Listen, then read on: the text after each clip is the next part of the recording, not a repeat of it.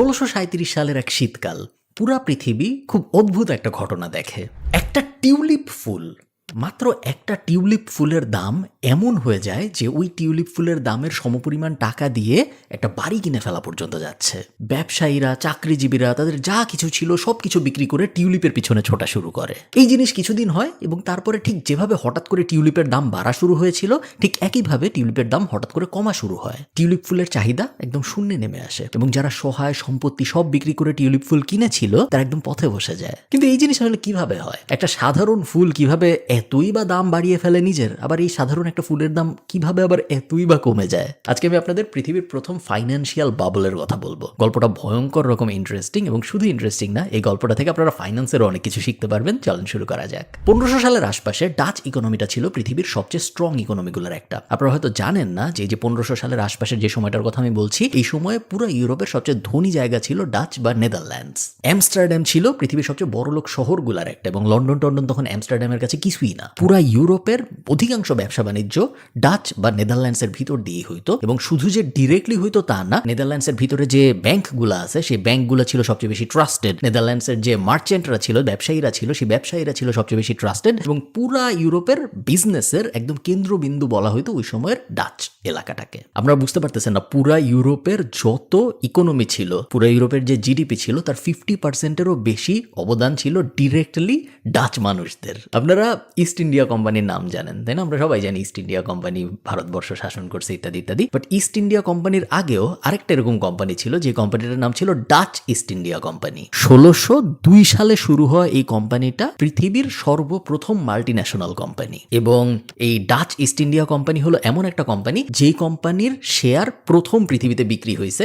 এর আগে পৃথিবীতে কোনো কোম্পানির শেয়ার বিক্রি হয় নাই। এখন এই কাহিনী আমি আপনাদের কেন বলতেছি টিউলিপের গল্পের মধ্যে? এই কাহিনী আপনাদের আমি এই জন্যই বলতেছি কারণ আমাদের এই গল্প বোঝার জন্য ওই সময়ে নেদারল্যান্ডসের ইকোনমি এবং ওই সময়ে নেদারল্যান্ডসের মানুষের ফাইন্যান্সিয়াল লিটারেসি কেমন ছিল এটা বোঝাটা খুব জরুরি। ওই সময়ে যারা বড় লোক ছিল তারা বিনোদনের জন্য, ফাইন্যান্সিয়াল জগতের বিনোদনের জন্য শুধুমাত্র একটা কাজই করতো, সেটা হলো বেটিং করা। ঘোড়ার দৌড় হচ্ছে, বেটিং করো। কুকুরের দৌড় হচ্ছে, গ্রেহাউন্ডের, বেটিং করো। অন্যান্য কোনো খেলা হচ্ছে, স্পোর্টস হচ্ছে কোনো একটা, বেটিং করো। বেটিং এর বাদে ইনভেস্টমেন্ট বলে যে একটা জিনিস হইতে পারে এটা পুরো পৃথিবীর মানুষ ওই সময় জানতো না। শুধুমাত্র একটা জাতি, একটা অঞ্চল, একটা শহরই জানতো, সেটা ছিল এই ডাচ অঞ্চলটা। দেখেন, আমরা জানি যে একটা ইকোনমিতে মানুষের হাতে যখন লিকুইড ক্যাপিটাল বাড়ে, আপনার হাতে যখন এমন টাকা বাড়বে যেই টাকা ইমিডিয়েটলি আপনার লাগতেছে না, তখন ওই ইকোনমিতে কয়েকটা ঘটনা একদম নিশ্চিতভাবে ঘটে। আপনারা অনেকে হয়তো ব্যবসার বিভিন্ন জায়গায় এগুলো পড়েছেন, বাট তারপরে আমি বলি কারণ ব্যবসার যারা পড়েছেন তারা ছাড়াও অনেকে তো আমার ভিডিও দেখেন। প্রথম যে জিনিসটা হয় সেটা হলো ওই অঞ্চলটার, ওই ইকোনমিতে মানুষের পেট পালার প্রবণতা বাড়ে। সো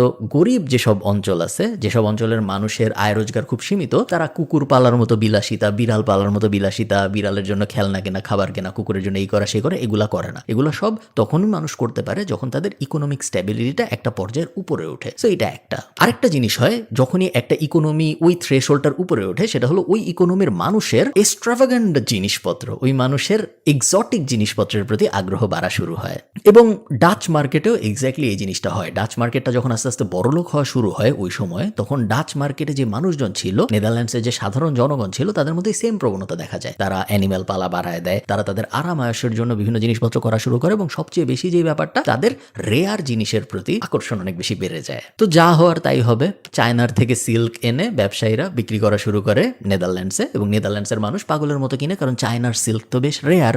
ইন্দোনেশিয়া থেকে স্পাইস বিক্রি করা শুরু হয় জাহাজে করে, ইম্পোর্ট করে করে, এবং মানুষ পাগলের মতো কিনে, কারণ ইন্দোনেশিয়ার স্পাইস এটা তো ইউরোপে পাওয়া যায় না, বিশাল রেয়ার একটা জিনিস। তো আমরা অবশ্যই কিনবো, আমাদের হাতে টাকা আছে, আমরা কিনবো না কেন, তাই না? এমন একটা কালচার চলে আসে ওই সময় নেদারল্যান্ডসে যে একজন মানুষ আরেকজন মানুষকে যদি দেখতো সে ইউরোপিয়ান কোনো কিছু পইরা আছে, বা সেই ইউরোপিয়ান, তার বাসায় গেলে দেখা যেত যে ইউরোপিয়ান জিনিসপত্র দিয়ে সাজানো, তাহলে তাকে একদম নিচু জাত হিসেবে মনে করা হইতো এবং ধারণা করা হইতো যারা এলিট ক্লাস, যারা আপার মিডল ক্লাস, যারা সমাজে প্রসিদ্ধ, তারা সবসময় এক্সোটিক জিনিসপত্র ব্যবহার করে, তারা সবসময় রেয়ার জিনিসপত্র ব্যবহার করে। নর্মাল এভরিডে জিনিসপত্র যেগুলো আশপাশে সবার কাছেই আছে, ওগুলা কেউ তখন তারা ইউজ করতে চায় না। আচ্ছা, আমরা এখন টিউলিপের কাহিনীতে আসি, কারণ গল্পটা তো আসলে টিউলিপ ফুলটাকে নিয়ে, তাই না? টিউলিপ ফুলটা কিন্তু নেদারল্যান্ডের ফুল না। নেদারল্যান্ড তো একটা ঠান্ডা জায়গা, ওখানে টিউলিপ ফুল হওয়ার কথাও না। টিউলিপ ফুলটা মেইনলি হয় হলো পারস্যতে, পার্সিয়া, যেটা আজকের দিনে ইরান। আপনারা অনেকেই হয়তো জানেন, যারা ওই সুলতান সুলেমান টাইপ জিনিসপত্র দেখছেন তারা হয়তো বুঝবেন যে অটোমান সাম্রাজ্যে রাজাদের টিউলিপ খুব পছন্দের একটা জিনিস ছিল এবং অটোমান সাম্রাজ্যের অনেক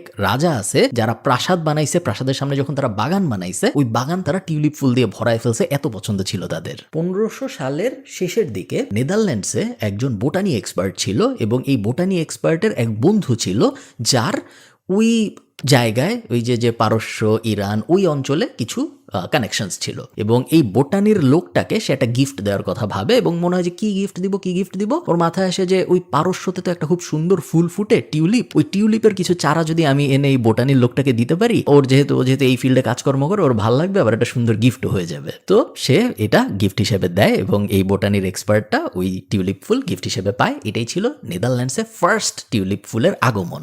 লেইডেন ইউনিভার্সিটি বলে একটা ইউনিভার্সিটি আছে, এই ইউনিভার্সিটির সামনে একটা জায়গা ছিল, ওই জায়গায় এই যে বোটানির লোকটা পাইলো ফুলের চারাগুলা, উনি এই চারাগুলো ওই ইউনিভার্সিটির সামনের ওই খোলা জায়গাটায় লাগায়। আস্তে আস্তে নেদারল্যান্ডসে টিউলিপ ফোটা শুরু করে। আচ্ছা, নেদারল্যান্ডসে তখন যেরকম ফুল ফুটতো টিউলিপ ছিল পুরোপুরি অন্যরকম এবং টিউলিপের 3টা খুব ইম্পর্টেন্ট ক্রাইটেরিয়া ছিল, যে ক্রাইটেরিয়াগুলো আপনাদের বোঝা জরুরি কারণ পরবর্তীতে আর একটু রেলেভেন্ট হবে এই ব্যাপারগুলো। এই 3টা ক্রাইটেরিয়া টিউলিপের ছিল যেটা আর কারো ছিল না। 1 নম্বর ক্রাইটেরিয়া, টিউলিপ খুবই কালারফুল। ওই সময় নেদারল্যান্ডে যে ফুল টুল পাওয়া যায় তো ওগুলা এত কালারফুল ফুল, এত ভাইব্রেন্ট ফুল ছিল না ওই সব।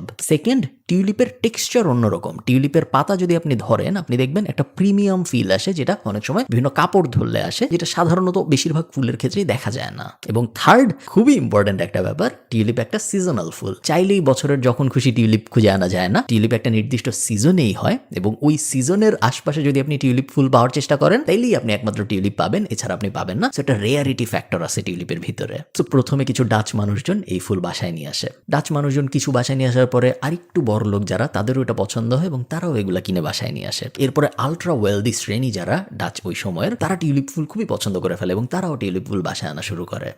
এর মধ্যে একটা মজার ঘটনা ঘটে। টিউলিপ ব্রেকিং ভাইরাস বলে একটা রোগ আছে যেটা টিউলিপ ফুল গাছে হয় এবং টিউলিপ ব্রেকিং ভাইরাস নাম শুনে আপনারা বুঝতে পারতেছেন টিউলিপকে ব্রেক করে ফেলে এই ভাইরাসটা। তো এই রোগটা যখন টিউলিপের হয় তখন পাতাগুলোর কালার পুরো বদলায় যায়, অন্যরকম হয়ে যায় পাতা। এবং এটা আরো রেয়ার, যেহেতু সব টিউলিপ তো দেখতে একরকম, কিন্তু কিছু টিউলিপের মধ্যে এই ভাইরাসটা যাওয়ার কারণে ওরা দেখতে পুরো অন্যরকম। আমরা কি জানি, যা রেয়ার তা যদি মানুষের আগে থেকে পছন্দ হয়ে থাকে, রেয়ার হওয়ার পরে ওই জিনিস তাদের আরো পছন্দ হবে এবং এই ভাইরাসযুক্ত ফুলগুলার ডিমান্ড আরো বেড়ে যায় ওই সময় সমাজের ভিতরে। জাস্ট 60 বছরের মধ্যে নেদারল্যান্ডে টিউলিপ আর ফুল থাকে না, টিউলিপ হয়ে যায় ল্যাম্বরগিনি।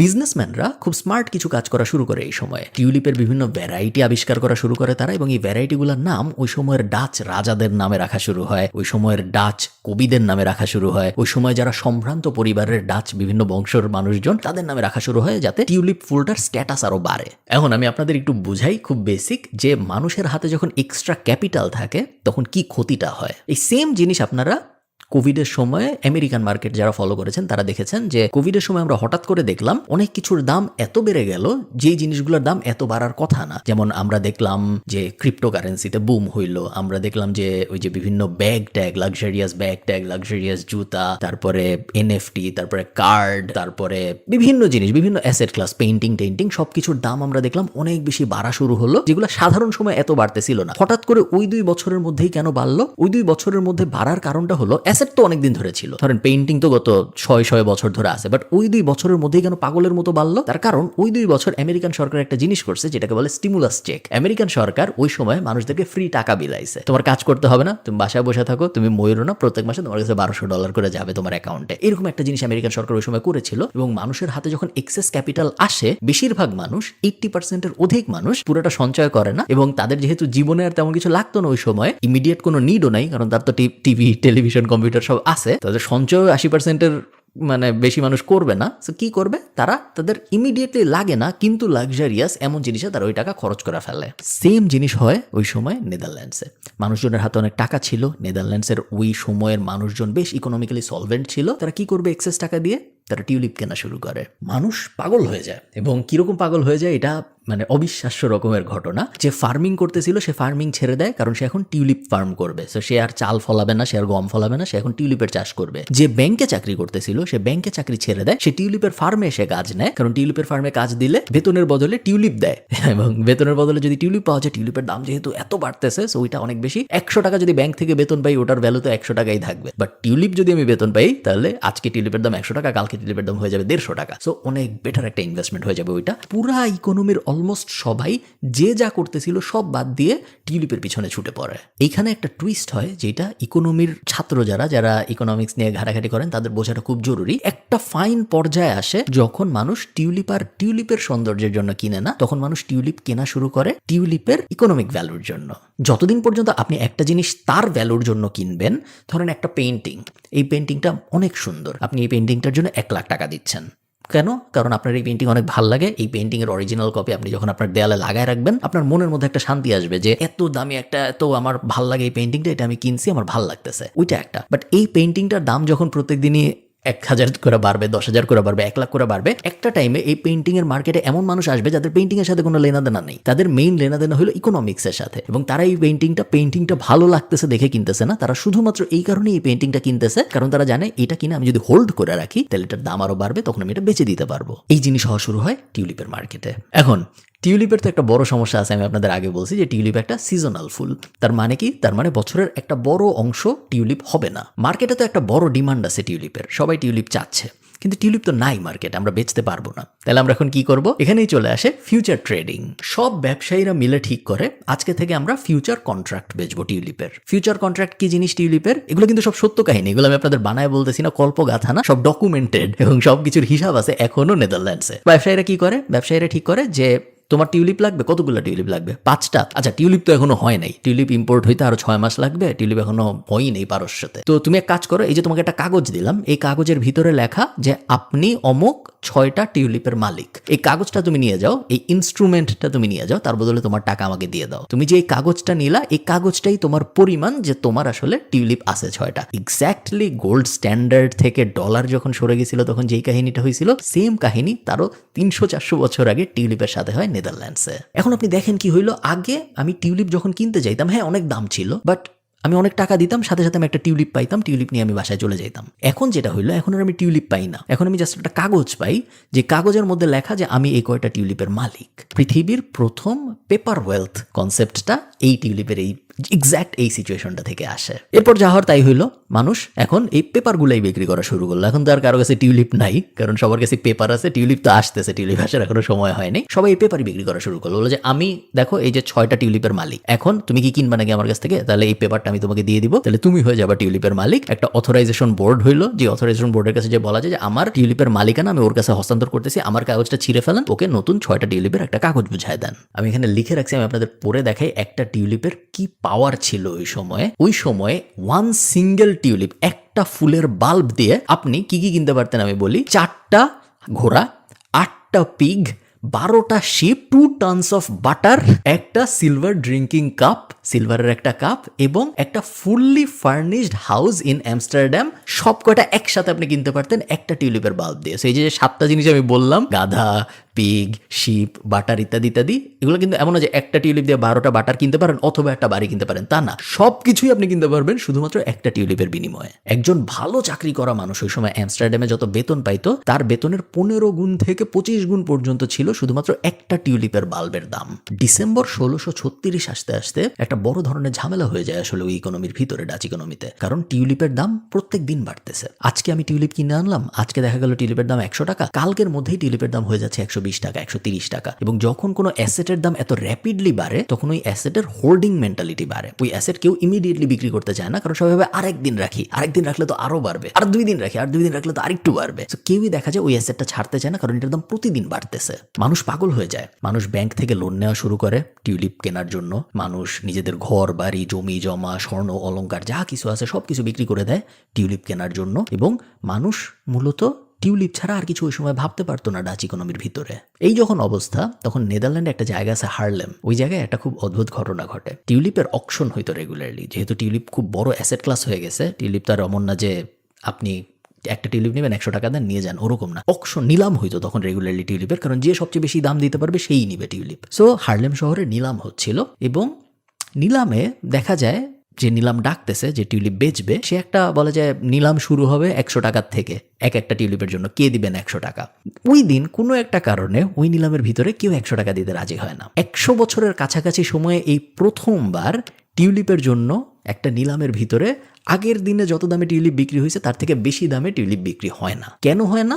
এটার অনেক অ্যানালাইসিস করা হয়েছে, বাট ধারণা করা হয় ওই নিলামে ওই সময়ে যারা ছিল, যারা নিলামে পার্টিসিপেন্ট ছিল, যারা কিনতে গেছিল, তাদের কাছে আসলে এত টিউলিপ অলরেডি ছিল, এত টিউলিপের কন্ট্রাক্ট অলরেডি তাদের কাছে ছিল যে তারা মূলত নিলাম এনজয় করতে গেছিল, তারা আরও টিউলিপ কিনতে যায় না ওই সময়। বাট ইকোনমি তো এরকমই, ইকোনমি সিগন্যালের উপরে কাজ করে।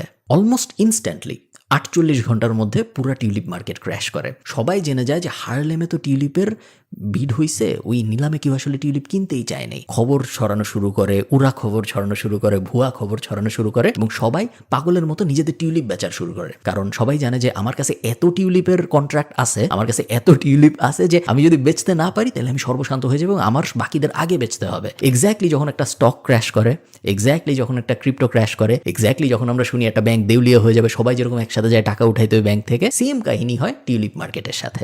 সবাই যখন কোনো একটা অ্যাসেট ক্লাস একসাথে বিক্রি করতে যায় এবং সেই অ্যাসেট ক্লাস কেনার মতো মানুষ যখন থাকে না, তখন খুব বাজে একটা ব্যাপার হয়। সেটা হলো ওই অ্যাসেট ক্লাসের ভ্যালু জিরোতে চলে যায়। বাংলাদেশ স্টক মার্কেটে যায় না, কারণ বাংলাদেশ স্টক মার্কেটে ফ্লোর প্রাইস আছে, বাট রিয়েল ইকোনমিতে এভাবে কাজ করে না। রিয়েল ইকোনমিতে একদম জিরোতে চলে যায় ওই অ্যাসেটের প্রাইস।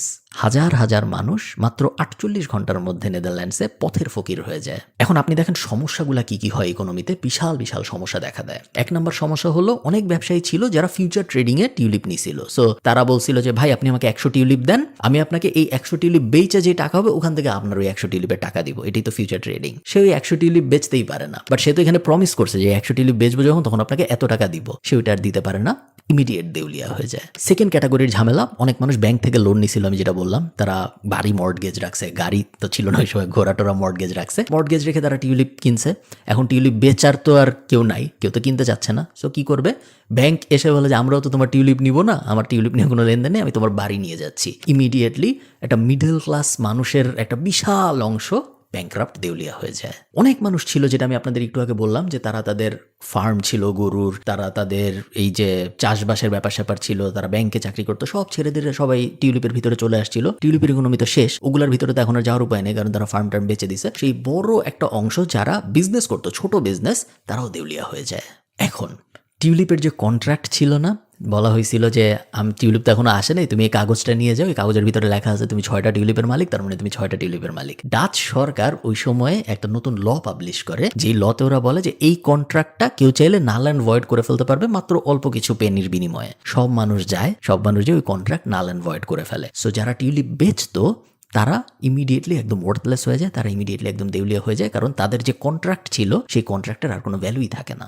একটা ইকোনমি যেটা পুরো রাজত্ব করতেছিল ইউরোপে, যেটা পুরো রাজত্ব করতেছিল পৃথিবীতে, ডাচ ইকোনমি, আপনারা জানেন নাকি জানেন না, ইস্ট ইন্ডিয়া কোম্পানিরও আগে ডাচ ইকোনমি কিন্তু ইন্দোনেশিয়ার থেকে মশলা নিয়ে ইউরোপে বেচতো। বিশাল পাওয়ারফুল ইকোনমি ছিল এবং ব্রিটেন কিছু ছিল না ডাচ ইকোনমির কাছে। এই ইকোনমিটা মাত্র 7 দিনের মধ্যে, জাস্ট 7 দিনের মধ্যে ধ্বংস হয়ে যায় একটা ফুলের কারণে, যে এই ফুলটার নাম টিউলিপ। এবং এই ব্যাপারটাকেই বলা হয় পৃথিবীর সবচেয়ে প্রথম ফাইন্যান্সিয়াল বাবল। এবং এই যে পুরো গল্পটা, এই গল্পটাকে বলা হয় টিউলিপ ম্যানিয়া। জানেন আমাকে কেমন লাগলো এই গল্পটা? পুরোটা কিন্তু সত্যি কাহিনী, অদ্ভুত শোনায়, অবাস্তব শোনায়, বাট পুরোটা সত্যি কাহিনী। আশা করি আপনাদের ভালো লেগেছে। যদি ভালো লাগে আমাকে কমেন্টে জানাবেন। টাটা।